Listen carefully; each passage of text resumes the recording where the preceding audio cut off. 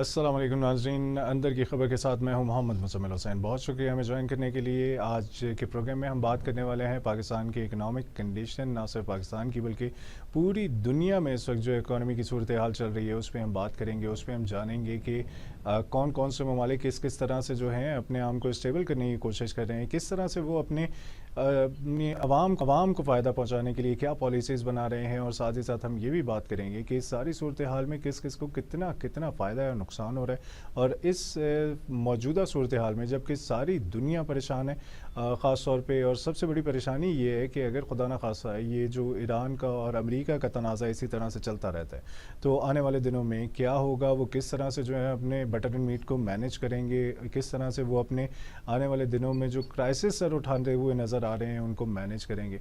बहरहाल यहाँ पर कुछ चीज़ें जो हैं वो मैं पहले आपके साथ डिस्कस करना चाहूँगा, उसके बाद हमारे साथ जो है हमारे गेस्ट ज्वाइन करेंगे, उनसे हम बात करेंगे। सबसे पहले तो आज की डेवलपमेंट के हवाले से आपको बताऊं कि पाकिस्तान के वज़ीर ख़ज़ाना मोहम्मद औरंगज़ेब से एमडी IMF क्रिस्टलिना जॉर्जिएवा की मुलाकात हुई है, जिसमें क्रिस्टलिना जॉर्जिएवा ने पाकिस्तान की मुआशी पेशरफ की तारीफ़ करते हुए कहा है कि इस्लाहाती प्रोग्राम पर मौसर अमल दरामद और मईशत में इस्तेहकाम आया है पाकिस्तान की। एमडी IMF ने मज़ीद जो तारीफ़ की है उस पर उन्होंने अपना एक बयान जारी किया सोशल मीडिया पर। उन्होंने कहा कि पाकिस्तान में सरमायाकारों के एतमाद में मज़ीद इजाफ़ा हुआ है, मजबूत मुआशी पॉलिसियों का तसलसल नागुज़ीर है, यानी कि पाकिस्तान को कहा गया कि इसी तरह से जो है वो मज़ीद अच्छी पॉलिसीज़ बनाए ताकि मज़ीद भी इन्वेस्टर जो है वो पाकिस्तान की तरफ राग़िब हो सके। उसके अलावा उनका कहना था कि कुछ इस्लाहात जारी रखना जो है वो तरक्की के लिए बहुत ज़रूरी है पाकिस्तान की। तो इसी पे बात करने के लिए हमें ज्वाइन किया है सऊद बिन नुमान साहब ने, जर्मनी से तज्ज़ियाकार हैं। उनसे हम जानेंगे कि वो कौन कौन सी ऐसी पॉलिसीज़ हो सकती हैं। लेकिन उससे पहले कि मैं सऊद साहब को रिक्वेस्ट करूं कि वो अपनी राय का इजहार करें, मैं एक और चीज़ भी जो है यहाँ पे ऐड ऑन करना चाहूँगा, और वो ये है कि IMF ने आज पूरी दुनिया के लिए एक जो है वो ख़तरे की घंटी भी बजाई है, एंड दैट इज़ कि ये जो मौजूदा सूरत हाल चल रही है और जिस तरह से एनर्जी की प्राइसेस जो हैं वो हाई हुई हैं, आने वाले दिनों में ये सब के लिए, तमाम ममालिक के लिए ख़तरनाक हो सकता है। बहुत शुक्रिया सऊद साहब आपके कीमती वक्त के लिए। Thank you very much. अस्सलाम वालेकुम सबको जी। Thanks for having me on your show. वालेकुम अस्सलाम। जी जिस तरह आपने बात की कि IMF की एक हमने सुबह से ही हम पाकिस्तान के लिए एक खैर मकदम के कुछ कलामात सुन रहे हैं, जो कि मेरा ख्याल है कि पाकिस्तान की इकॉनमी के लिए, पाकिस्तान की एक आउटलुक के लिए बहुत ही एक अच्छी बात है। इसी तरह हम देखते हैं कि पाकिस्तान की जो क्रेडिट रेटिंग है उसमें भी अब क्योंकि परसेप्शन बेहतर हो रही है तो उस वजह से उसमें भी कुछ दर्जे बेहतरी की गुंजाइश भी नजर आ रही है और वो भी प्रैक्टिकली भी हो रही है। आपने जो बात की कि वो कौन सी पॉलिसीज हो सकती हैं, तो मेरा ये ख्याल है कि किसी भी इकोनॉमी को एक्सपैंड करने के लिए, ग्रो करने के लिए उसकी जो बेसिक एक चीज़ है वो एक्सपोर्ट्स हैं। अगर तो हमारी जो एक्सपोर्ट्स हैं जिसमें एक्सपेंशनरी पॉलिसीज हम लेते हैं तो उसमें हमारी जब एक्सपोर्ट्स बढ़ सकेंगी, जो कि डेफिनेटली अभी कुछ वॉर की वजह से हिंड्रेंस है, but on the other hand ये जितना भी पाकिस्तान ने एक पॉजिटिव रोल इस पे प्ले किया है तो उस वजह से हम ये देख रहे हैं कि इंशाल्लाह investment for FDI, foreign direct investment, as well as जो बड़ी कंपनीज हैं, इवन मैं यहाँ पे यूरोप में, जर्मनी में, जब मैं पाकिस्तान के बारे में जो एक ओवरऑल तासुर है वो बहुत ही एक पॉजिटिव तासुर बढ़ रहा है। तो मैं ये समझता हूँ कि इन पॉलिसीज की बिना पे पाकिस्तान आगे जो ऑल्दो हमने एक डिप्लोमेसी बहुत अच्छी की है, हमने मीडिएशन बहुत अच्छी की है, पीस मेकिंग हमारा रोल बहुत अच्छा रहा है, बट अब इसको ऑन ग्राउंड फाइनेंशियल ट्रेजेक्टरी जो पाकिस्तान की है उसको हमने पॉजिटिव आगे करना है, और वो इंशाल्लाह मेरा ख्याल है कि इन सब पॉलिसीज़ की बिना पे होगा। Let's hope for the best. और काफ़ी जो अभी तक पॉलिसीज़ बनाई जा रही हैं, चलाई जा रही हैं, उसके मुताबिक होता हुआ नज़र भी आ रहा है। अच्छा सऊद, आपसे एक और चीज़ भी जानना चाहेंगे। आप चूँकि इन चीज़ों को वहाँ पे प्रैक्टिकली फेस भी कर रहे हैं, जर्मनी में रह के पूरे यूरोप को आप जो है विज़िट भी करते हैं और फिर वहाँ पर जो है आप मुख्तलिफ़ शख्सियात से भी मिलते हैं। आपसे ये भी जानना चाहेंगे कि पहले जो है वो यूरोप को एक दम से जो रशिया यूक्रेन वॉर है उसने काफ़ी डिस्टर्ब किया था, उसके बाद वहाँ से अभी यूरोप जो है आहिस्ता आहिस्ता निकला था, इंक्लूडिंग यूनाइटेड किंगडम। तो अभी आप लोग वहाँ से बाहर निकले ही थे कि फिर आगे ये वाला तनाज़ा खड़ा हो गया है। तो अभी क्या सूरत हाल वहाँ पे हो रही है और पॉलिसीज़ किस तरह की बनाई जा रही हैं ताकि आवाम को जो है वो इसके असरात से कम जो है वो इसके असरात आवाम तक पहुँचें? जी, ये बहुत अच्छा आपका सवाल है। इसको अगर मैं थोड़ा सा हिस्टोरिकल पर्सपेक्टिव से बात करूं कि अब रिसेंट 4 से 5 सालों में या 6 सालों में अगर हम देखें, जो मेजर इकोनॉमिक हिट्स जो यूरोप को और ग्लोबली लगी हैं, वो सबसे पहले जो पेंडेमिक कोविड का आया था उसकी एक बहुत बड़ी एक हिट लगी, जिसमें मुझे याद है कि अराउंड 250 से 300 बिलियन यूरोस का जर्मनी सिर्फ ने अपने इकोनॉमी में एक स्टिमुलस पैकेज इंजेक्ट किया था। ओके। फिर ये वही इकोनॉमीज कर सकती हैं जिनके पास इतने रिजर्व्स हों, जो जिनके पास अपने इतने ज़खायर होते हैं और वो अपनी इकोनॉमी को संभाला दे सकते हैं। बट हमारे जैसी जो छोटी इकोनॉमीज होती हैं, ज़ाहिर है इसका इम्पैक्ट उन पे बहुत ज़्यादा होता है, और जो रोज़मर्रा की ज़िंदगी में गुजारने वाला बंदा होता है उसका इम्पैक्ट बहुत ज़्यादा होता है। डिस्पाइट ये जितनी भी फिर उसके बाद जो दूसरा एक मैं इवेंट जिस तरह आपने उसका जिक्र किया, यूक्रेन और रशिया वॉर का, ये हम 2023 ऑनवर्ड्स देख रहे हैं कि हमने ड्रास्टिक ना सिर्फ फ्यूल प्राइसेस, बिकॉज जर्मनी की जितनी भी फ्यूल कंजम्पशन है वो 50 to 53% वो नॉर्थ स्ट्रीम के थ्रू रशिया से और होती हुई वो यूरोप में एंटर होके नॉर्वे से फिर बाकी यूरोपियन ममालिक को जाती थी। तो ये एक एंजेलिना मार्केल जो यहाँ की चांसलर, जो एक्स चांसलर थी, उनकी एक पॉलिसी थी जिस पे अब बहुत ज्यादा क्रिटिसिज्म भी हो रहा है, that she placed all her eggs in one basket. ऐसे करना एक इनके लिए बहुत ज्यादा नुकसानदेह हुआ, जिसकी वजह से हमने देखा कि या फ्यूल की प्राइसेस बढ़ती हैं, क्योंकि ये एक ठंडा मुल्क है, यूरोप पूरा खिता ही सितंबर अक्टूबर ऑनवर्ड्स बहुत ज्यादा ठंड हो जाती है। हमने यहाँ तक देखा कि जो पहले इनकी ईयू की रेगुलेशंस थी कि एक जो रूम टेम्परेचर होना चाहिए, वो इतना फ्यूल आप यूज करें कि जो room temperature normally on average होना चाहिए वो 22 to 23 डिग्रीज होना चाहिए, मगर उसको क्योंकि फ्यूल की शॉर्टेज हुई और प्राइसेस बढ़ गई, तो उसको इन्होंने फिर अपनी रेगुलेशंस को चेंज करके कहा कि अगर 19 डिग्री तक भी एक रूम टेम्परेचर आप मेंटेन करते हैं, then this would be fine, because we do not have so much oil and energy to इसको हम इतना ज्यादा वार्म नहीं कर सकते। तो इसी तरह हमने और इसके फिर सारे इकोनॉमी पे इफेक्ट बहुत ऐसे पड़े कि जिससे हमने देखा कि बहुत अनएम्प्लॉयमेंट बढ़ी। फिर जो मेजर जो जर्मनी की खास तौर पे जो मेन जो एक इंडस्ट्री है वो ऑटोमोटिव इंडस्ट्री है, तो वो उस ऑटोमोटिव इंडस्ट्री को बहुत बड़ी हिट लगी, बिकॉज अभी तक जर्मनी जो है वो ईवी की बात तो कर रहा था, इलेक्ट्रिक व्हीकल्स की और ग्रीन इकोनॉमी की, मगर उस तरह प्रैक्टिकली ये इतना ज्यादा इम्प्लीमेंट नहीं कर सके, जिसकी वजह से इनकी जो गाड़ियां थी, जो इनके ऑटोमोटिव इंडस्ट्री थी, उसकी डिमांड कम हुई और उसके इम्पैक्ट इनकी इकोनॉमी में पड़े, और इवेंचुअली अब इकोनॉमी बड़ी एक और फिर उसके बाद एड ऑन ये जो हमारे जो ये रशिया और यूएस की जो वॉर शुरू हुई है, इसने तो एक तरह का बड़ा ही इनका फटा बिठाया है, और अभी मैं यही देख रहा। जी बिल्कुल। और इसी असला में इन्होंने अभी 1.6 बिलियन यूरो का अगेन एक स्टिमुलस पैकेज जर्मनी ने सिर्फ अपने टैक्स की फ्यूल टैक्स रिलीफ में दिया है, 1.6 बिलियन यूरोस का, जिसका मतलब है कि ऑन एवरेज 0.17 यूरोस पर लीटर जो है वो 2 मंथ के लिए इन्होंने कहा है कि उसका बर्डन गवर्नमेंट बेयर करेगी। पाकिस्तान की तरह यहाँ पे पहले ऐसे नहीं था कि जो गवर्नमेंट अनाउंस करती है कि कुछ सब्सिडीज दे रहे हैं फ्यूल के ऊपर और बाकियों के ऊपर, पहले ऐसे नहीं था। ये फ्री फ्लोटिंग इकोनॉमी थी, जो प्राइसेस सेट होती थी इंटरनेशनल मार्केट में वही आगे कंज्यूमर को दी जाती थी। बट अब क्योंकि ये एक एक्स्ट्रा ऑर्डिनरी किस्म का रेज आया है, तो इस वजह से गवर्नमेंट ने इसका बर्डन अपने ऊपर भी लिया है। तो मेरा ख्याल है कि इस सब का बहुत ही एक एडवर्स इम्पैक्ट आ रहा है। But as I said earlier, क्योंकि इन गवर्नमेंट्स के पास इतने रिजर्व्स होते हैं कि ये अपने लोगों को फिर भी कुछ ना कुछ रिलीफ दे सकें, तो ये अपने उन रिजर्व्स को यूज ऐसे एलोकेट करते हैं कि उसका पूरा जो नुकसान है वो आम आवाम पे ना पड़े। राइट। अच्छा सऊद, एक चीज़ और यहाँ पे आपसे डिस्कस करना चाहूँगा कि जैसा कि अभी ये आपने जिक्र भी किया कि वहाँ से अभी जो है वो निकलने की कोशिश ही कर रहे थे, ऑफ कोर्स आहिस्ता आहिस्ता ही निकला जाता है, तो उस रशिया यूक्रेन वाले इम्पैक्ट से निकलने की आप लोग कोशिश कर रहे थे यूरोप में से, ये पूरी यूरोप की जो तंजीम है, तो साथ ही जो है वो ये ईरान और यूएसए वाला जो है इसका इम्पैक्ट आना शुरू हो गया। अब अपना हॉर्मोस जो है स्टेट ऑफ हॉर्मोस, इसका भी इम्पैक्ट जो है वो डायरेक्टली इनडायरेक्टली पूरी दुनिया को जो है वो इसने अपनी लपेट में लिया है।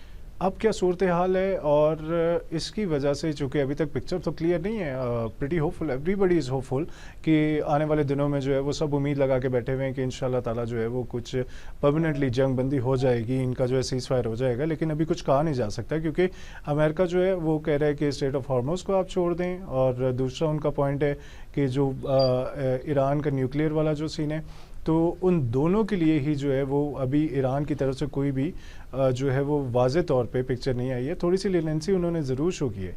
तो इस सारी सिचुएशन का क्या इम्पेक्ट पड़ा है आप लोगों पे, और अभी क्या पॉलिसीज़ वहाँ पर बनाई जा रही हैं अवाम को बचाने के लिए? जी बिल्कुल, आपने बिल्कुल सही बात की।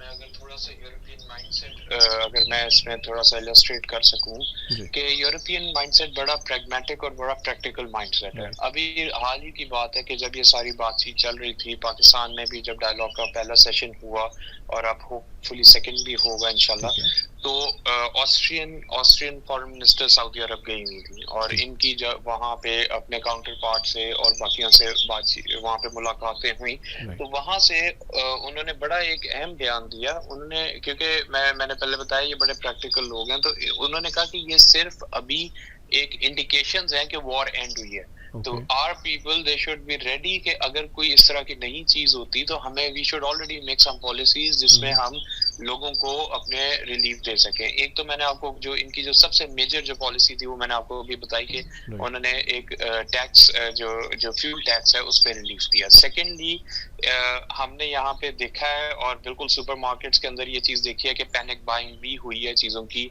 लोगों ने अपनी जो खास तौर पे जो बाहर से चीजें आती हैं, फॉर एग्जाम्पल जो इम्पोर्ट होती हैं, क्योंकि ये बहुत सारी चीज़ों पे सेल्फ सफिशिएंट नहीं है। खास तौर पे अगर हम कुकिंग ऑयल की बात करें, हम जो है वो कई किस्म के फ्रूट्स की बात करें, कई किस्म के हम जो खाने पीने की जो अशिया होती हैं वो बाहर से, यूरोप के बाहर से आती हैं, तो उससे पैनिक बाइंग भी हुई है। But on the other hand government ने इनको एक तरह का वो दिया है कि क्वेश्चन दिया है कि हम आपके लिए पॉलिसीज ऐसी डिजाइन करेंगे कि आप लोगों को घबराने की जरूरत नहीं है। हाँ, ऑल्दो वहाँ पे अभी मामला थोड़े से जो हैं वो नासाज हैं, मगर आप लोग जो हैं वो अवाम को इन्होंने बिल्कुल मतलब कि पैनिक बाइंग और इस तरह की चीजों से गुरेज करने का कहा है। एक और इन्होंने जो पॉलिसी बहुत ही बेहतर वो दी है वो ये है कि जर्मनी की अगर मैं बात करूं तो पर पर्सन इन्होंने 1000 यूरोस का ऑन एन एनुअल बेसिस जो लोगों की जो सैलरीज होती हैं उसमें रिलीफ देने का या रिलीफ बोनस देने का ऐलान किया है, जो कि इन्होंने अपने उनके एम्प्लॉयर्स को कहा है कि अगर फॉर सर्टेन एक उस पे बेंचमार्क रखा है कि अगर इतने ज्यादा आपके प्रॉफिट्स हैं तो आपने अपने एम्प्लॉयज को 1000 यूरो पर पर्सन भी आपने एडवांसमेंट देनी है लोगों को। तो ये ओवरऑल एक, क्योंकि सोशल सिक्योरिटी इनके लिए बहुत ज्यादा मैटर करती है, तो इस तरह के इकदाम यहाँ की हुकूमत ने, यहाँ के जो EU के कमीशंस ने वो बिल्कुल लिए हैं, जो कि पूरे EU में फिर रोल आउट होते हैं। तो इस लिहाज से लोग अभी ऑल्दो थोड़े स्केप्टिक हैं, मगर फिर भी मेरा ख्याल है कि यहाँ पे उस तरह इम्पैक्ट नहीं है जिस तरह बाकी जगहों पे हो। ओके, अच्छा, एक चीज़ और भी जानना चाहेंगे कि अब चूंकि पूरी दुनिया में जो है एनर्जी क्राइसिस थोड़ा सा जो है वो ज़्यादा ही सर उठाता हुआ नज़र आ रहा है, तो वहाँ पे इसके लिए क्या कुछ पाबंदियाँ आयद की गई हैं या कुछ इस तरह से कोई चीज़ बनाई गई है, या अवाम इस पर किस तरह से रिस्पॉन्ड कर रहे हैं? जी, बहुत अच्छा सवाल है ये। बल्कि कल परसों ही EU कमीशन के अंदर एक और उन्होंने पॉलिसी का जो है वो निफाज किया है। और अगर मैं आपको कुछ स्टैटिस्टिक्स बता सकूं कि इस पूरी वॉर का जो एक मेजर, जो ज़ाहिर है जो एक मेजर कंपोनेंट है वो तेल की जो एक सप्लाई चेन है उसकी डिसरप्शन है। तो ये अगर हम आराम को, ये जो सिर्फ ये जो वॉर हुआ है और इसका विंडफॉल जो प्रॉफिट जो दिसंबर 2025 से लेके और मार्च 2026 के अगर हम देखें तो सिर्फ सऊदी अरामको को अराउंड 25.5 बिलियन का प्रॉफिट हो रहा है इससे। इसी तरह सेकंड नंबर पे कुवैत पेट्रोलियम कॉर्पोरेशन का 12.1 बिलियन का है। फिर इसी तरह रशियन जो कंपनीज हैं उनको सिर्फ इस विंडफॉल से, मतलब मैं ये एनुअल प्रॉफिट की बात नहीं कर रहा, सिर्फ 3 से 4 महीनों के ये जो क्राइसिस आया उससे, तो इन्होंने क्या किया है कि ईयू कमीशन ने जब ये देखा कि एक्सोनोबल है, इसी तरह और कंपनीज हैं जो यूरोप में इस तरह के फ्यूल को जो है वो सप्लाई करते हैं, शेल पेट्रोलियम है, उन्होंने कहा कि आपने ये प्रॉफिट्स का जो विंडफॉल प्रॉफिट है उसका कंपोनेंट आपने जो है वो लोगों को पास ऑन करना है, अदरवाइज हम आपके ऊपर पेनल्टीज लगाएंगे। तो उन्होंने वो अब एक इस चीज का मैकेनिज्म ड्राफ्ट कर रहे हैं कि अगर ये विंडफॉल प्रॉफिट्स आपने अगर अपनी जेब में रखने तो इसका फायदा नहीं है, क्योंकि यहाँ पे CSR कॉर्पोरेट सोशल रिस्पॉन्सिबिलिटी को बहुत ज्यादा तकवीयत दी जाती है कि जो अगर आपने यहाँ पे कोई बिजनेस करना है तो आपने सोशली भी उसको जो है किसी तरह लोगों को भी उसका रिलीफ देना है। तो उस तनाजुर में इन्होंने ये पॉलिसी डिजाइन की है कि प्रॉफिट्स में से आपने कुछ पोर्शन लोगों को पास किसी न किसी तरह से लोगों को रिलीफ जो है वो दिलवाने के लिए कोई ना कोई पॉलिसी बनाई जा रही है। अच्छा, एक चीज़ और जानना चाहूँगा आपसे सर कि आप चूँकि वहाँ पर लोगों को स्टडी भी कर रहे हैं, उनसे मिल रहे हैं, उनसे जान रहे हैं, उनकी राय समझते हैं और उनका क्या अभी जो है पॉइंट ऑफ व्यू है पाकिस्तान के बारे में, कि पाकिस्तान अब जिस तरह से इक्तिसादी लिहाज से भी बेहतर मुआशी पॉलिसियाँ कुछ बनाता हुआ नज़र आ रहा है, फिर IMF ने भी तारीफ़ की है कि पाकिस्तान जो है वो is doing good, and then on top of everything ये जो अभी ईरान और अमेरिका की जंग के दौरान जो पाकिस्तान ने किरदार अदा किया है और दोनों को एक टेबल पे ला के बिठा दिए, और फिर उसकी वजह से ये भी कहा जा रहा है कि पाकिस्तान की जो मार्केट है, जैसे आपने भी ये जिक्र किया कि उस पर बहुत ज़्यादा लोग रिलाई करना शुरू हो गए हैं, तो क्या यूरोप की आवाम का भी रुझान पाकिस्तान की तरफ बढ़ रहा है? क्वेश्चन है और ये ऐसा सवाल है जिसपे मैं अगर कुछ आपसे अपने पर्सनल एक्सपीरियंसेस भी शेयर कर सकूं कि with in these few days जब पाकिस्तान ने एक मीडिएशन का रोल प्ले करने के लिए अपने आप को आगे किया और फिर उसके बाद ये सारा कुछ हमने देखा कि इस्लामाबाद टॉक्स हुई, तो पर्सनली मुझे मेरे कुछ जानने वाले, एक तो मेरे यहाँ पे जर्मन प्रोफेसर जर्मन यूनिवर्सिटी के, उनका मुझे खास तौर पे फोन आया और उन्होंने इस चीज पे बड़ा थैंक किया और उन्होंने ग्रेटिट्यूड शो किया कि पाकिस्तान ने ग्लोबली एक पीस मेकर का जो काम किया है, इससे हम लाखों नहीं करोड़ों जिंदगियों को जो है वो फायदा पहुंचा है। तो एक तो ये बात है। सेकेंडली, जिस तरह आपने पहले बात की थी कि मैं कुछ यहाँ पे ये जो हम देख रहे हैं कि पाकिस्तान बेसिकली एक पीस मेकर तक पहुंचा कैसे है, सबका ट्रस्ट पाकिस्तान पे बना कैसे है, तो ये जो एक उर्दू का शेर है कि ये जो इस्लामाबाद में बस्ती थी कि बस्ती बसना खेल नहीं है, बसते बसते बस्ती है। तो मेरा ख्याल है कि ये बस्ती बसाने में बहुत एफर्ट्स थी हमारी गवर्नमेंट की, हमारे जो डिप्लोमेट्स हैं उनकी।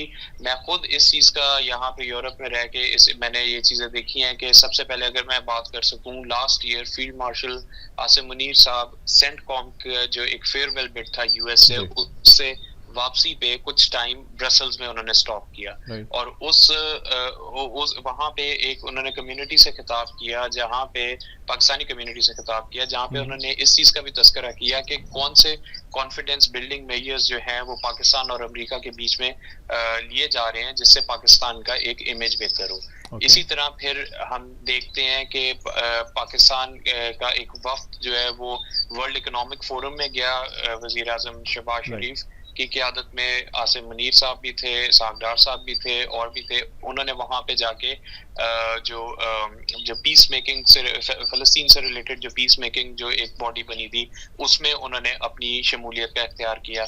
फिर रिसेंटली वजीर आजम शहबाज शरीफ जो है वो ऑस्ट्रिया आए और यहाँ के चांसलर से उनकी मुलाकात हुई और उन्होंने बाकायदा जो है जर्मन लैंग्वेज में उनके साथ जो है अपने पर्सनल ट्रेट्स इलस्ट्रेट करते हुए, शो करते हुए उन्होंने जर्मन लैंग्वेज में बहुत उनके साथ लंबी गुफ्तगू की। तो फिर इसी तरह ख्वाजा आसिफ साहब और आसिम मुनीर साहब फिर आए हुए थे म्यूनिख के अंदर, म्यूनिख सिक्योरिटी कॉन्फ्रेंस, इधर इनके यूरोपियन लीडर्स के साथ जो है काफी मामलात हुए। तो ये सब वो एफर्ट्स हैं जिसकी बिना पे पाकिस्तान एक अपना पॉजिटिव इमेज और अपने आप को एक न्यूट्रल और एक खुशहाल कह लें या एक इनलाइटेंड नेशन के तौर पे पेश कर सका।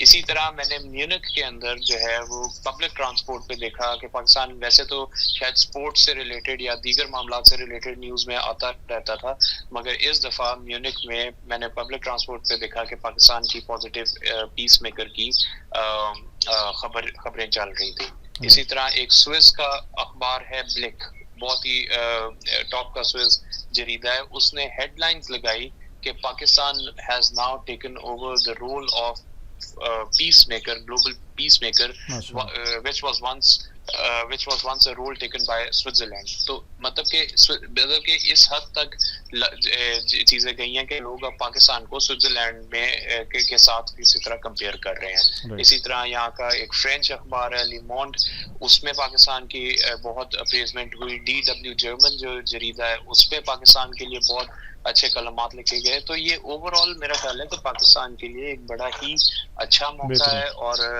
हमारा एक बहुत ही पॉजिटिव इमेज पूरी दुनिया में दिया है। माशाल्लाह माशाल्लाह। तो अच्छा, जल्दी से, आपका काफ़ी टाइम ले लिया, बहुत शुक्रिया फॉर योर टाइम। एक और चीज़ जल्दी से हमें बता दीजिएगा कि आपकी स्टडी के मुताबिक ये हार्मोन्स को कितने दिन तक बंद होना बर्दाश्त किया जा सकता है?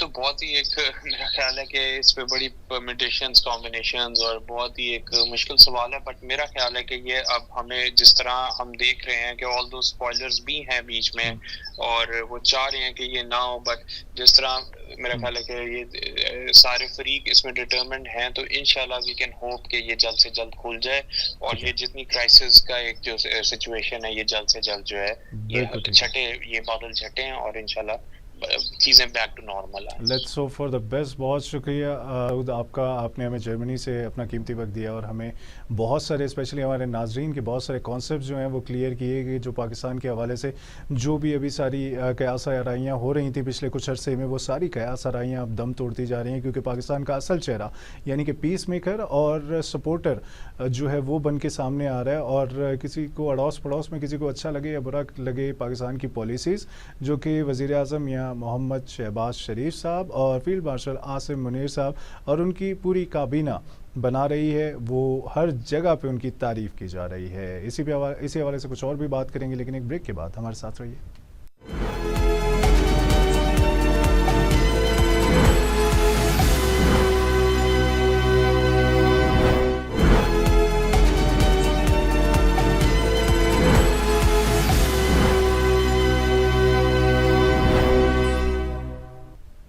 अस्सलाम वालेकुम, एक दफ़ा फिर से उन तमाम नाज़रीन को जिन्होंने अभी हमें ज्वाइन किया है। ब्रेक के बाद खुशामदीद कहेंगे उन्हें जिन्होंने हमें पहले इस चंक में भी ज्वाइन किया। उन्होंने जाना कि किस तरह से ये जो इस वक्त एनर्जी क्राइसिस है ये पूरी दुनिया को इफ़ेक्ट कर रहा है। साथ ही साथ उन्होंने ये भी जाना कि जो IMF है, IMF क्या जो है वो पाकिस्तान की माशाल्लाह से तारीफ़ें कर रहा है, पाकिस्तान की पॉलिसीज़ की। और इसी हवाले से IMF ने एक ख़तरे की घंटी भी बजाई है पूरी दुनिया के लिए, क्योंकि ग्लोबल एनर्जी क्राइसिस जो है ये सारी दुनिया को इफ़ेक्ट कर सकता है, क्योंकि जिस तरह से प्राइस हाइक इसमें देखने में आ रही है, ये यकीनन एक जो है अलार्मिंग सिचुएशन है।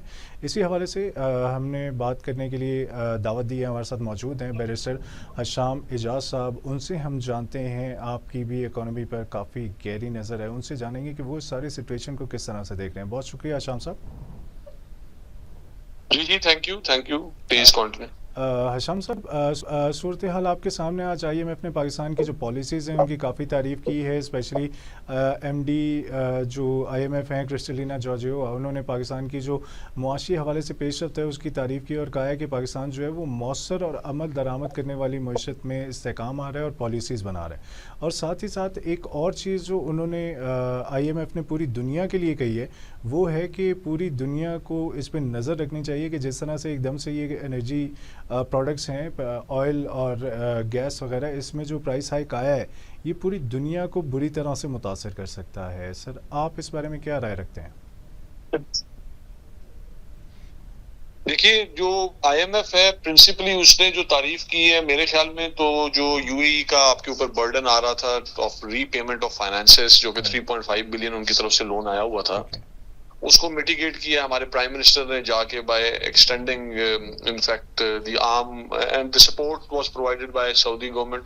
We must be very thankful to them कि 2 बिलियन जो है वो उन्होंने हमें इमरजेंसी रिलीफ प्रोवाइड किया है and remaining up to 5 billion जो है वो रोल ओवर ईयरली करने की बजाय उन्होंने उसकी टर्म एक्सटेंशन करके 5 इयर्स के लिए आगे कर दिया है कि 5 इयर्स के बाद इसका we will discuss about the repayment. Right. As far as IMF is concerned, तो IMF obviously पाकिस्तान के जो current account deficit के मामलात होते हैं उसके अंदर if we get this kind of a support from our partners in GCC, तो वो उसकी हद तक तो जरूर अप्रिशिएट करता है, but in the larger interest we have to see कि आईएमएफ जो है वो पाकिस्तान को क्या कंट्रीब्यूट कर रहा है। आईएमएफ की जो पॉलिसीज होती हैं वो जनरली कॉन्ट्रैक्टिव इन नेचर होती है, ऑस्टेरिटी बेस्ड होती है, वो इंटरेस्ट रेट्स जो हैं वो आप मतलब पाकिस्तान की इकोनॉमी का जो स्ट्रक्चरल इशू है सबसे बड़ा वो ये इशू है दैट हमारे पास सस्टेन्ड ग्रोथ का कोई मॉडल नहीं है। हम इंपोर्ट इंटेंसिव इकोनॉमी है, इंपोर्ट बेस्ड तो नहीं कह सकते। हमारी इकोनॉमी जो है उसके अंदर कंजम्पशन पैटर्न जो है वो ये है कि जिस वक्त आप इंटरेस्ट रेट कम करते हैं, मनी सप्लाई इंक्रीज होती है, बिजनेस एक्टिविटीज बढ़ती हैं, तो उससे हमारी import unfortunately far exceeds the exports because we do not have a stable export base. तो फिर नेचुरली क्या होगा कि जब आपकी कंजम्पशन इंक्रीज होगी, इंटरनल ग्रोथ होना शुरू होगी, तो इंपोर्ट जो है वो आपकी बढ़ जाएगी, करंट अकाउंट डेफिसिट आ जाएगा और फिर डिफॉल्ट की सिचुएशन आ जाएगी, and then again we will go to IMF, और आईएमएफ के पास जाएंगे तो वो कॉन्ट्रैक्शनरी आपकी मॉनेटरी पॉलिसी की तरफ तवज्जो देना, बल्कि इनफैक्ट ऑस्टेरिटी मेजर्स की तरफ वो तवज्जो देना शुरू कर देता है। तो ये हम बूम एंड बस्ट साइकिल के अंदर प्रिंसिपली हमेशा फंसे रहे। सादे लफ्जों के अंदर हमारे पास दुनिया को बेचने के लिए चीजें कम हैं और दुनिया से खरीदने के लिए ज्यादा हैं।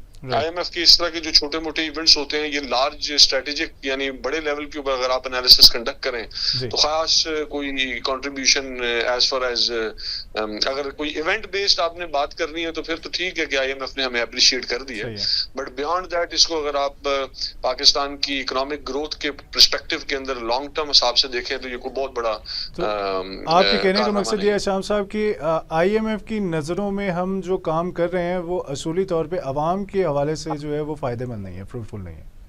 नेचुरली आईएमएफ आपकी करंट अकाउंट डेफिसिट के अंदर a little bit of structural support provide कर रहा होता है, और टेक्निकली एक अदारा है जिसने आपको पैसे दिए हैं तो वो तो सिर्फ इसी हद तक देखेगा कि आप पैसे वापस करने की कैपेसिटी रखते हैं या नहीं रखते, एंड दैट्स अबाउट ऑल। बाकी मॉनेटरी स्टेबिलिटी की हद तक आईएमएफ आपको सपोर्ट प्रोवाइड कर देता है, लेकिन इकोनॉमी का large term long term impact जो है उसके ऊपर कोई खातिर ख्वाह तब्दीली पाकिस्तान के अंदर होते हुए अभी तक तो नजर नहीं आ रही। राइट, तो आईएमएफ की सूरत हाल ये है कि आईएमएफ ने जो अप्रिसिएशन दिखाई है वो जो आई है उनकी तरफ से वो उनकी पॉइंट ऑफ व्यू से ठीक है, लेकिन आवाम को इससे कोई रिलीफ होता हुआ नज़र नहीं आ रहा। अच्छा, हम सब एक चीज़ और आपसे जानना चाहेंगे कि अभी तक जो है वो क्लियर पिक्चर नहीं आई है हॉर्मुज़ के हवाले से, और ईरान और अमेरिका और इसराइल वाला जो कॉन्फ्लिक्ट अभी चल रहा है उसके हवाले से अभी सभी होपफुल हैं और उम्मीद की जा रही है कि जल्दी अच्छी खबर आ जाएगी, लेकिन अभी तक वो कॉन्क्रीट नहीं हुआ है, कोई मतलब जो है वो फाइनल जो एग्रीमेंट है वो सामने नहीं आया कि परमानेंटली जो है सीज़ फायर हो जाएगा। तो ये जिस तरह से जितना ये प्रोलॉन्ग होती जाएगी ये सिचुएशन, वो कितना इफेक्ट करने वाली है पाकिस्तान को? देखिए, पाकिस्तान का तो जो इकोनॉमिक मसला है यही तो बुनियाद बनी आपकी मीडिएशन को स्टार्ट करने की भी। अगर आप देखिए डिप्लोमेटिक फ्रंट के ऊपर we have been very successful, military level के ऊपर भी we have been very successful in thwarting any attacks जो कि हमें इंडिया की तरफ से फेस करने पड़े। हम एक स्ट्रॉन्ग न्यूक्लियर पावर हैं, स्ट्रॉन्ग मिलिट्री पावर हैं, बट इकोनॉमिक टाइगर की हैसियत से वी स्टैंड नोवेयर। तो हमें पता है कि हमारा इंपोर्ट बिल जो है वो इंक्रीज हो जाएगा अगर कीमतें बढ़ेंगी ऑयल की, और नेचुरली करंट अकाउंट डेफिसिट के ऊपर उसका प्रेशर आएगा, तो वो प्रेशर हम सस्टेन नहीं कर सकते। देखिए, पाकिस्तान की जो इकोनॉमी के मसले हैं उसके अंदर एक लफ्ज हम इस्तेमाल करते हैं, डच लाइट डिजीज। ये डच लाइट डिजीज ये है, इसको इस तरीके से आपने समझना है कि पाकिस्तान के अंदर हम रेमिटेंस बेस्ड इकोनॉमी है। रेमिटेंसेस क्या होते हैं कि रेमिटेंस जब बाहर से लोग अपने घर के लिए पैसे भेजते हैं तो टेक्निकली तौर के ऊपर वो आपकी करंट अकाउंट डेफिसिट को वक्ती तौर के ऊपर सपोर्ट करता है, आपकी करेंसी की अप्रिसिएशन हो जाती है। जब आपकी करेंसी की अप्रिसिएशन होती है तो जो आपकी एक्सपोर्ट बेस्ड इकोनॉमी होती है या एक्सपोर्ट बेस्ड आप कंपेटिटिवनेस होती है वो खत्म हो जाती है, यानी हम बाहर सामान फिर मजीद बेचने के लिए तैयार नहीं होते। ये जो किराए का पैसा हमें बाहर से आता है ना रेमिटेंसेस की फॉर्म के अंदर, ये लॉन्ग टर्म सोल्यूशन नहीं होता किसी भी मुल्क के लिए। मुल्क को इन प्रिंसिपल देखना है कि उसके पास दुनिया को देने के लिए क्या है सादे लफ्जों में, और दुनिया से लेने के लिए क्या है। अगर लेने के लिए दुनिया से चीजें ज्यादा हैं और बेचने के लिए दुनिया को चीजें कम हैं तो हम किसी किस्म की कोई भी सस्टेनेबल ग्रोथ नहीं कर सकते। इकोनॉमी को स्टार्ट करना, जंप स्टार्ट करना, ये गवर्नमेंट के हाथ के अंदर है। गवर्नमेंट रात को पॉलिसीज नहीं लेके आए तो परसों से बिजनेस पाकिस्तान में चलना शुरू हो जाता है। लेकिन जब बिजनेस चलना शुरू होगा तो आप बाहर से इंपोर्ट करना शुरू कर देंगे, बड़ी गाड़ियां इंपोर्ट कर लेंगे। है, मैं बड़ी गाड़ियां, ये लग्जरी आइटम्स या कंज्यूमेबल आइटम्स के ऊपर इतना नाकिद नहीं हूं, बिकॉज उसका कोई इतना बड़ा खास इंपैक्ट नहीं पड़ता। बट जनरली आम लोगों की अंडरस्टैंडिंग के लिए जब आप बाहर से सामान मंगवाना शुरू कर देंगे, इसके अंदर एनर्जी का भी वही फैक्टर है कि एनर्जी भी आपको बाहर से मंगवानी पड़ती है। पाकिस्तान के अंदर इंटरनली आज तक कोई भी we have not been able to successfully explore any oil well. हमारे पास प्राइम मिनिस्टर इमरान खान के जमाने के अंदर तो ये बातचीत हुई थी कि शायद हमारे ऑफशोर कोई ड्रिलिंग ऑपरेशंस हैं, लेकिन अनफॉर्चुनेटली उधर से भी कोई खातिर खान नतीजा ना निकल सका। तो इस वजह से पाकिस्तान को एनर्जी क्राइसिस काफी ज्यादा हिट करता है। अगर आप नोटिस करें तो आपके घर में आजकल बिजलियां जाना शुरू हो गई हैं नेचुरली। पाकिस्तान में हाँ, वहाँ we are based on the diesel generators हैं हमारे पास। एनर्जी जो हम वहां से लेके आते हैं एलएनजी की फॉर्म के अंदर, हमारे पास पावर जनरेटिंग प्लांट्स हैं उसके। वो जब नहीं होंगे तो फिर ये रैशनिंग हो जाएगी। रैशनिंग होगी तो अभी 1 घंटा जा रही है, मुमकिन है आगे 2 घंटे जाए, फिर 3 घंटे। शाम साहब, आपसे एक चीज़, सॉरी टू इंटरप्ट यू, एक चीज़ और पे भी चाहूँगा कि आप नज़र डालें कि अब से कुछ देर पहले जो है यूरोप में यूनिवर्सिटीज़ में जो है पाकिस्तान के जो सोलर के हवाले से, जो पाकिस्तान के सोलर जो एक पाकिस्तान में जो है वो सामने आया था, हर जगह पे सोलर एनर्जी की वजह से जो है वो पाकिस्तान ने काफ़ी हद तक ये जो है बिजली के क्राइसिस पे जो है वो काबू पाया था। और पाकिस्तान की आवाम ने, और सबसे मेन चीज़ उसमें ये मेंशन की गई थी कि पाकिस्तान की गवर्नमेंट की तरफ से नहीं, पाकिस्तान की आवाम की तरफ से जो है वो ये रेवोल्यूशन आया है सोलर का। और उसमें जो है पाकिस्तान को बड़ा जो है वो पॉजिटिव एक सपोर्ट मिली आवाम की तरफ से। लेकिन अब ये आके सडनली जो है वो, पहले तो हमारे पास इतनी सारी बिजली हो गई थी अगर पिछले साल की भी हम बात करें तो इतनी बुरी कंडीशन नहीं थी, तो अभी सडनली क्या हो गया? देखिए, यहाँ पर येट अगेन चीज को अगर आप उसकी डेप्थ के अंदर नहीं अंडरस्टैंड करेंगे तो फिर आपको वाज़िया समझ नहीं आएगी। सोलर भी है तो वो आपके रेजिडेंशियल सेटअप्स के ऊपर है, रेजिडेंशियल कंजम्पशन बेस्ड सेटअप्स होते हैं। आपकी फैक्ट्रीज के ऊपर सोलर उस तरीके से इंटीग्रेट नहीं हो सके। आपकी मेन लाइंस के अंदर आपकी ट्रांसमिशन, जो प्रोडक्शन ट्रांसमिशन लाइंस है, जो इंडस्ट्री को आप सपोर्ट प्रोवाइड करते हैं, उसके अंदर सोलर की इंटीग्रेशन उस तरीके से नहीं हो सकी। तो अनफॉर्चुनेटली नेचुरली फिर क्या होगा कि अगर इंडस्ट्री ने चलना है तो उसको एनर्जी रिक्वायर्ड है फ्रॉम मिडिल ईस्ट। और एनर्जी जो अभी स्टेट ऑफ हॉर्मुज की सिचुएशन है, जब वो नहीं होगी तो फैक्ट्रियां बंद हो जाएंगी। फैक्ट्रियां बंद होंगी तो नेचुरली फिर आपकी एक्सपोर्ट भी इफेक्ट होगी, या अगर कीमत बढ़ जाएगी एनर्जी की तो फिर आपकी इंटरनेशनल कंपेटिटिवनेस खत्म हो जाएगी। एज फार एज ये बात करना कि पाकिस्तान जो है वो सोलर के अंदर, देखिए पाकिस्तान चूंकि चाइना के साथ है, हम जियोपॉलिटिकली कनेक्टेड हैं। दुनिया के अंदर अगर किसी ने सोलर रेवोल्यूशन के ऊपर सबसे ज्यादा काम किया तो वो प्रिंसिपली चाइना ने किया है। तो जो चाइना है वो उसने क्यों किया, उसको पहले से इस बात का आइडिया था कि हम एनर्जी डिपेंडेंट मुल्क हैं, हमें जब तक ऑयल फ्लोज इनफ्लोज आते रहेंगे फ्रॉम मिडिल ईस्ट तब तक तो हमारी इंडस्ट्री चलती रहेगी। और अगर इसी तरीके की कोई स्टेट ऑफ हॉर्मुज जैसी सिचुएशन क्रिएट हो गई तो क्या करेंगे। तो उन्होंने तो आज से तकरीबन 5, 6, 7, 8 साल पहले से एक सोलराइजेशन पॉलिसी जो थी वो सिर्फ रेजिडेंशियल नहीं बल्कि कमर्शियल यूनिट्स, बल्कि इनफैक्ट इंडस्ट्रियल यूनिट्स के ऊपर भी अब मुझे एग्जैक्ट परसेंटेज तो नहीं पता because this matter I might not have delved down into detail, but basic अगर आप अपनी कॉमन सेंस के साथ भी दिमाग चलाएं तो पाकिस्तान के अंदर रेजिडेंशियल यूनिट्स हैं वो, अच्छा अब रेजिडेंशियल यूनिट, यहाँ पर एक और प्रॉब्लम क्रिएट हो जाता है। यहाँ पर ये प्रॉब्लम क्रिएट हो जाता था कि पाकिस्तान में जिस वक्त एनर्जी क्राइसिस चल रहे थे, इलेक्ट्रिसिटी के इश्यूज चल रहे थे, तब उस वक्त फ्यूचर जो डिमांड एंटिसिपेट की गई थी वो उस डिमांड के हिसाब से इन्होंने काफी बड़े बड़े यूनिट्स पुट इन कर दिए पावर जनरेशन के। लेकिन उस हिसाब से ना इंडस्ट्रियल एक्सपेंशन हुई, ना रेजिडेंशियल रिक्वायरमेंट उस हिसाब से बढ़ी, तो आप ओवर कैपेसिटी के अंदर चले गए। पाकिस्तान के पास इस वक्त एनर्जी जनरेशन की कैपेसिटी का इशू नहीं है। पहले क्या था कि आपके पास पावर जनरेटिंग प्लांट्स मौजूद नहीं थे, अब आपके पास पावर जनरेटिंग प्लांट्स ज्यादा मौजूद हैं, बट अब आगे खरीदारी मौजूद नहीं है तो क्या करना है। तो ये जो पावर जनरेटिंग प्लांट होता है इसकी रनिंग कॉस्ट होती है, रनिंग ओपेक्स होते हैं, ये बड़ी एक्सटेंसिव किस्म की इसके अंदर इन्वेस्टमेंट होती है और ये कोई इतना आसान काम नहीं होता।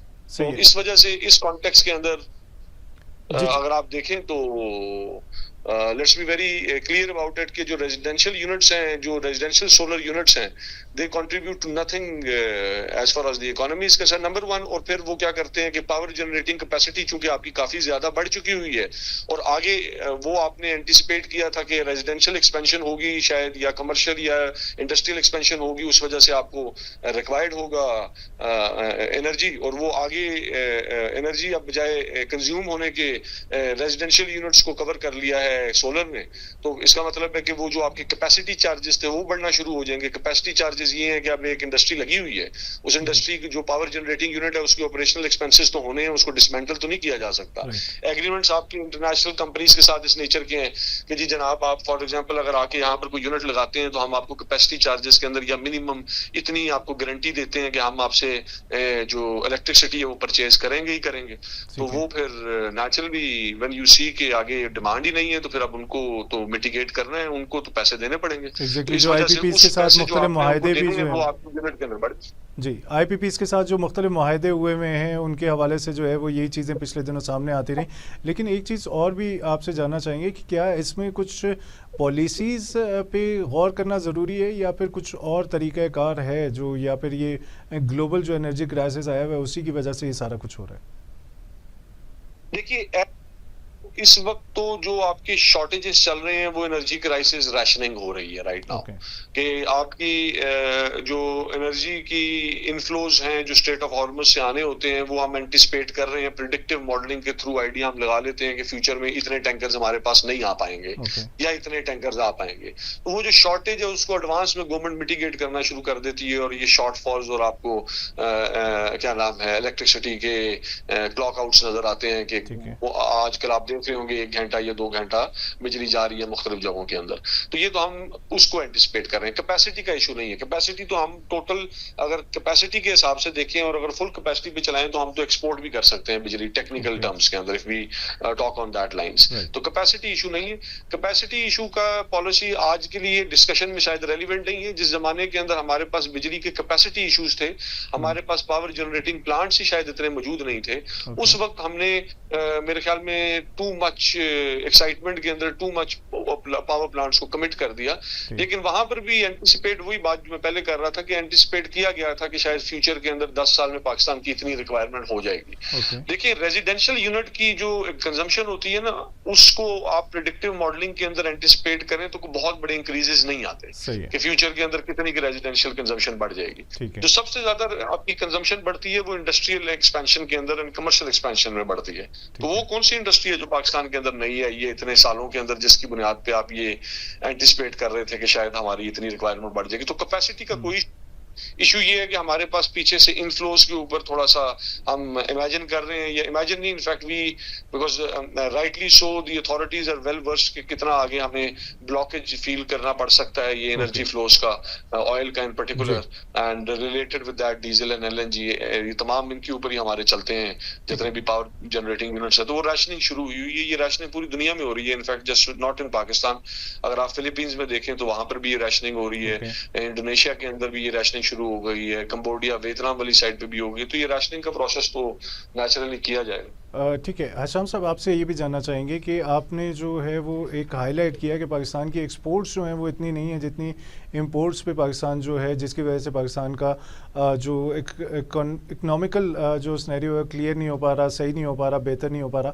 तो आपसे जानना चाहेंगे वो कौन कौन सी ऐसी इंडस्ट्रीज़ हैं, वो कौन कौन सी ऐसे जो हैं वो डिपार्टमेंट्स हैं जिन पे पाकिस्तान को जो है काम करना चाहिए ताकि उसकी एक्सपोर्ट बढ़ जाए और बहुत ईजीली बढ़ा सकता है पाकिस्तान? देखिए, डेकेड ऑफ लॉस्ट ग्रोथ को पाकिस्तान के साथ तो अनफॉर्चुनेटली स्ट्रक्चरली इतने गंदे किस्म के मसाइल रहे हैं दैट वी कांट हाइंडसाइट के अंदर एनालिसिस कंडक्ट करना बहुत आसान होता है।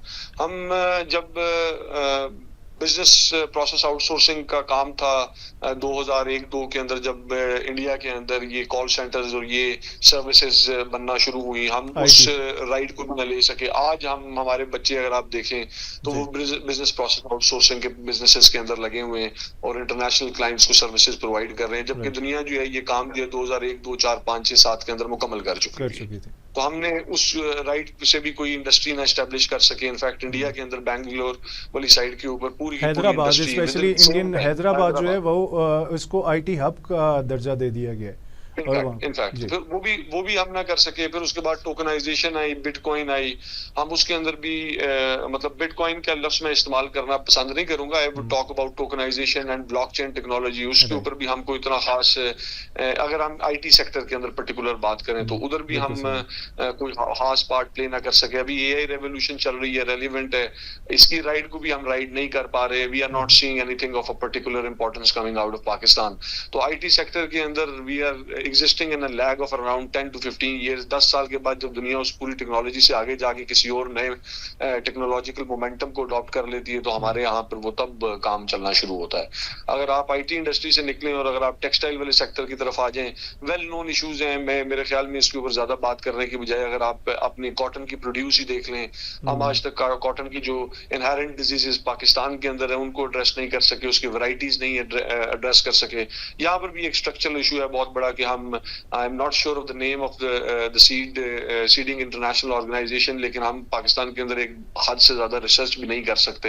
आई am probably mispronouncing the name, वो आप खुद चेक कर सकते हैं। बट फॉर दैट मैटर वहां पर भी हमारे ऊपर लिमिटेशन है। बियॉन्ड सर्टन लेवल हम R&D अपनी सीडिंग के अंदर नहीं कर सकते। फिर अगर आप अपनी इंडस्ट्रियल एफिशिएंसी की बात करते हैं तो उसके अंदर आपको इंपोर्ट करना पड़ता है मशीनरी, तो मशीनरी भी उस तरीके से नहीं आ सकी। हमारी इलेक्ट्रिसिटी के बिल जो हैं, अगर आप अपने आप को पाकिस्तान को साउथ ईस्ट एशिया के अंदर रेट करें तो हमारी जो कंज्यूमेबल्स हैं या इनपुट्स की कॉस्ट है, दे फार एक्सीड, यानी हमारे जो इनपुट है वो जिसमें इलेक्ट्रिसिटी आ गई, लेबर कॉस्ट आ गई और फिर ट्रांसपोर्टेशन आ गई, अगर आप उसको देखें तो उसके अंदर भी इतना बड़ा इनपुट की कॉस्ट है कि आप कंपेटिटिव नहीं रहते।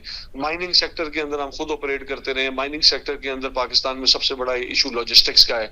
माइन जो है वो एक्सट्रैक्ट करना कोई इतना इशू नहीं होता, माइन को लॉजिस्टिकली मूव करके लेके जाना, आधे से ज्यादा कॉस्ट तो माइनिंग सेक्टर के अंदर लॉजिस्टिक्स की होती है। तो हमारे रेलवे नेटवर्क्स के अंदर कैरियर ट्रेन्स ही नहीं है, हमारे पास उस तरीके से इंफ्रास्ट्रक्चर, सॉरी माइनिंग की माइंस को प्रोसेस करने की यूनिट्स ही नहीं है। कॉपर है तो उसकी भी आपको बुनियादी तौर के ऊपर, या बॉक्साइट है पाकिस्तान के अंदर, या अगर पाकिस्तान के अंदर मुख्तलिफ एलिमेंट्स हैं तो उनको भी प्रोसेस करने के लिए बाहर लेके जाना पड़ता है। और बाहर लेके जाने के लिए उसको लॉजिस्टिकली पहले किसी जगह यानी पोर्ट तक पहुंचाना पड़ेगा। अब अगर आपने नॉर्थ के अंदर एक्सकवेशन की है या सॉल्ट रेंज में की है या कराची कह रहा हूँ कोयटा वाली साइड के ऊपर आप कर रहे हैं, यही जोन है जहां पर आपके माउंटेनियस एरियाज के अंदर सब सरफेस लेवल एक्सपोज होती है, तो यहाँ पर आपके रेयर अर्थ भी आ जाते हैं। तो इनसे अगर आपने लेके कराची पहुंचना है तो कराची लेके कैसे पहुंचेंगे, आपके पास तो वो कैरियर ट्रेन के ट्रैक्स ही नहीं मौजूद। तो माइनिंग सेक्टर के अंदर लॉजिस्टिक्स सबसे बड़ा इशू रहा हुआ है। तो पाकिस्तान के एक एक सेक्टर को अगर आप पकड़ लें तो उसके अंदर स्ट्रक्चरल इशूज हैं, और इन स्ट्रक्चरल इशूज को एक एक सेक्टर को ही पकड़ के एड्रेस किया जाता है। ये नहीं है कि आपको कंप्रीहेंसिव पॉलिसी इसकी जनरेट कर लें कि जी हम ये कर देंगे तो वो कर देंगे, इस तरह नहीं होता। Monetary policies and fiscal policy से मुल्क के अंदर ग्रोथ नहीं आती। मुल्क के अंदर आपने हर इंडस्ट्री के element in particular you have to identify and then work upon that. अगर लॉजिस्टिक्स का इशू है माइनिंग सेक्टर के अंदर तो फिर उसको एड्रेस करें, उससे आपकी कॉस्ट रिड्यूस हो जाती है। बिल्कुल ठीक है। तो ये हैं हमारे इश्यूज, स्ट्रक्चरल काफी इश्यूज हैं।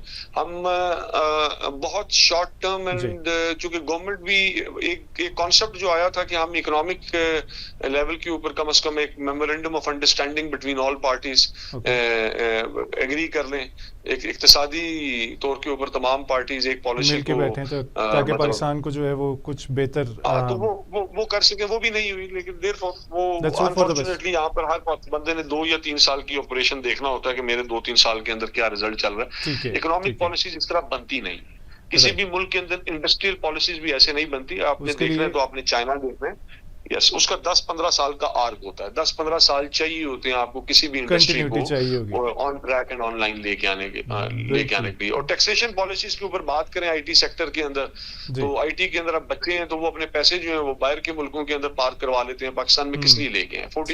39 to 49% के दरमियान में we are existing in terms of our tax brackets. मैं तो हैरान हूं कि बल्कि आई कैन प्रिडिक्ट दैट ये हैरानगी की बात नहीं है।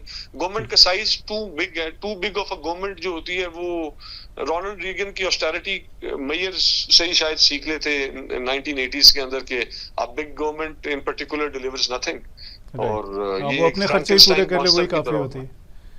हाँ, तो वो उन्होंने अब अपने खर्चे पूरे करने के लिए टैक्स के ऊपर बोझ डाल देना है और बोझ डाल देना है, वो बिल्कुल सही। इंडस्ट्री ने देना है और तो दैट्स ये एक बड़ा लंबी डिबेट है। इसके अंदर कोई एक एलिमेंट को अगर आप डिस्कस करें तो उसके ऊपर मेरे ख्याल में 10 उससे घंटे कुछ लग भी नहीं जाते हो हैं। सकता है। सही है, बहुत शुक्रिया बैरिस्टर हशाम एजाज साहब, आपके कीमती वक्त के लिए। आपने बहुत मुनसिब कर दिया कि पाकिस्तान की अगर इकनॉमिकल ग्रोथ हमें दरकार है तो उसके लिए हमें IMF की अप्रिसिएशन की नहीं बल्कि हमें ख़ुद मतलब बज़ात ख़ुद हमें जो है वो कुछ ज़रूरी इक़दाम करने होंगे और हमें इंपोर्ट से ज़्यादा एक्सपोर्ट को बढ़ाना होगा ताकि हम लोग जो है आने वाले दिनों में अपनी आइंदा नस्लों के लिए कुछ अच्छा छोड़ के जा सकें।